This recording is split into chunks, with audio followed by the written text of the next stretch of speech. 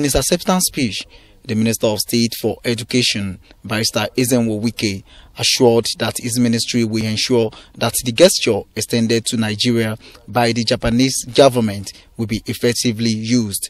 He charged commissioners in Kano State and benefiting communities in the state to ensure that every child of school age is enrolled to attend any of public schools closer to them. I wish to assure all of Sunday that the Federal Ministry of Education will do all that is necessary to ensure that these classrooms and the facilities provided are put into effective use to achieve the purpose for which they have been provided.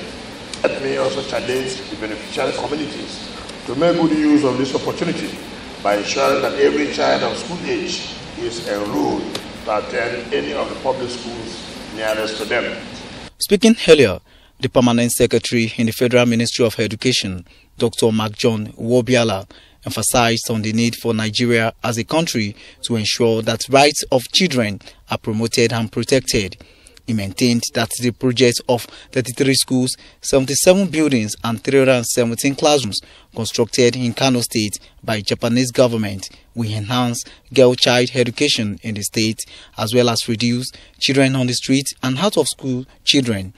Wobiala disclosed that Japanese government is also ready to assist Nigerian government in teacher training and technical education, amongst others. It is very instructive to note that the Japanese ambassador, during his courtesy call to the ministry, informed that apart from earlier interventions in Nigeria, in the Nigerian educational system, the Japanese government intends to further assist the government in other areas, which include teacher training to promote quality of education, creation of job opportunities, and of course technical education and information and communication technology.